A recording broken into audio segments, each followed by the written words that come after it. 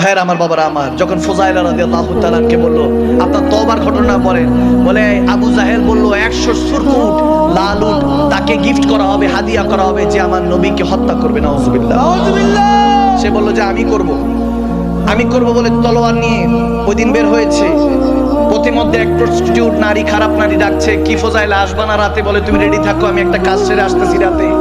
যখন নাউজুবিল্লাহ সে আমার নবীকে হত্যা করার উদ্দেশ্যে, শহীদ করার উদ্দেশ্যে যাচ্ছে, আল্লাহ বলেন ফুজাইলা শক্তি দিছি, সমর্থন দিছি, আমার নবীকে হত্যা করবি, যাস না, যাস না। এটা তোরে হত্যা করতে টাকায় টানতেছে না, তোরে হেদায়েতে টানতেছে। ঠিক না, ঠিক না? বলে যাস না। গরিমানি অহংকার নিয়ে যাচ্ছে। এখন সেই ইহুদি ছিল তো, খানায় কাবা দেখে যে আমার নবী খানায় কাবার মধ্যে তাওয়াফ করতেছে।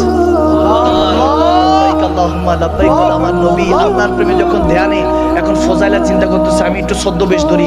কিছু কিছু আছে এরকম মুসলমান, দেখবেন মুসলমানের সাথেই থাকে, দাড়ি টুপি সব একরকম, কিন্তু নবীর দুশ্মন। সবই একরকম, সব মানে আল্লাহর জান্নাত, আল্লাহর নামাজ, আল্লাহর সমস্ত হুকুম আহকাম সব মানে, কিন্তু নবীর ব্যাপারে আসলে বলে একটু সমস্যা আছে। আওয়াজ দেন, আওয়াজ। নবীর ক্ষেত্রে আসতে তাদের চুলকানি বেড়ে যায়, আছে কি নাই? যখন এরকম হলো, আল্লাহ মানলে নবী মানা নয়, নবী মানলে আল্লাহ মানা হয়। এখনো অনেক ধর্মের অবলম্বী আছে যারা এক আল্লাহর নামে কোরবানি দেয়। ওই গরুর গোশ, ওই কোরবানির গোশ খাওয়া কি জায়েজ আছে? দেখেন ভাইয়ের আমার, আমি কখনো কন্ট্রাডিকশন করি না, অনেকে জানে। আমি কাউকে কখনো ছোট করি না। আমি মনে করি হেদায়েতের মালিক কে? যতই গিলাই কোনো লাভ হবে না। যদি নবীর প্রেমটা অন্তরে দান করে আল্লাহ, হেদায়েত দান করে, তখনও না আসবে, ঠিক না? যখন ফজাইলা কাছাকাছি গেছে, এখন নবী তাওয়াফ করছে, সে ফজাইলা তাওয়াফ করছে। এখন সে বলতেছে আমি যখন নবীজিকে হত্যা করার জন্য চিন্তা করছি, ছুরিটা তলোয়ারটা লুকায় রাখছি, নবীজি যখন আমার সামনে দিয়ে যায়, কেমন যেন একটা ভয় দমদমা শুরু হয়ে যায়। আমার ভয়, অন্তরের মধ্যে ভয় থাকতে থাকে যে আমি মারতে পারবো না। এতদিন আমি ফজাইলা কত শক্তিশালী পালোয়ান রে কাইদ করে দিছি, কিন্তু আমার নবী যখন সামনে দিয়ে যায়, তখন আমার মনের মধ্যে একটা ভয় কাজ করতে থাকে। নবীর উপরে আক্রমণ করতে পারি না। নবীজিও তাওয়াফ করতেছে, আমি ফজাইলাও তাওয়াফ করছি। তাওয়াফ করতে করতে এক তাওয়াফ, দুই তাওয়াফ, তিন তাওয়াফ করতে করতে এরকম পঞ্চম ষষ্ঠ তাওয়াফ করার পরে নবীজির কাছে যখন এসেছি, তখন নবীজি আমার কাছে এসে বলতেছে, এ ফজাইলা, এখনো এক তাওয়াফ বাকি আছে তোমার। আল্লাহু আকবার, সুবহানাল্লাহ, সুবহানাল্লাহ বলেন। আমার নবী কি সেই বান্দার খবর কি জানে কি জানে না? এই ক্ষমতা নবীকে দান করছে কে?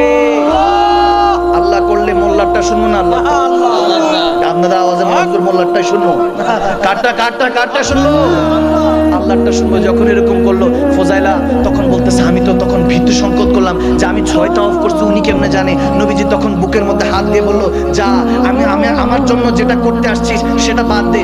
ফজাইলা তাওয়াফ করে নে। বলতেছে আমি তাওয়াফ করবো, সমস্যা নাই, আপনি কেন এটা বলছেন? বলে তাহলে বাদ দে, যেটা করার জন্য আসছিস ওটাই কর, যেটা করতে আসছো সেটাই কর। ওটা যখন বলছে, ফজাইলা বলতেছে, যখন আমার নবী বলতেছে 6 তাওয়াফ করেছস, আর তাওয়াফ বাকি আছে, ফজাইলা তাওয়াফ করে নে। বলতেছি কেন? আপনারটা শুনবো কেন? বলতেছে ঠিক আছে, তাহলে যেটা করতে এসেছিস সেটা কর। ফজাইলা তখন বলতেছে আমার শরীরের মধ্যে একটা বিদ্যুতের ন্যায় একটা এমন অবস্থা জারি হয়ে গেল, আমি আমার নিজের হোশ আওয়াজ খুলে ফেললাম, হারিয়ে ফেললাম। আমার হাত থেকে ওই তলোয়ারটা পড়ে গেল, আমিও আমার নবীর কদমে পড়ে গেলাম আর বললাম, ইয়া রাসূলুল্লাহ, আপনাকে হত্যা করতে এসেছিলাম, শহীদ করতে আসছিলাম। নাউজুবিল্লাহ, ইয়া রাসূলুল্লাহ, আমি আপনাকে এখন চিনি নাই, এতক্ষণ চিনি নাই। এখন আপনার নূরের চেহারার মধ্যে আমি অন্য কিছু দেখে ফেলেছি। এখন আর দুনিয়া আমাকে ঘাস করতে পারবে না।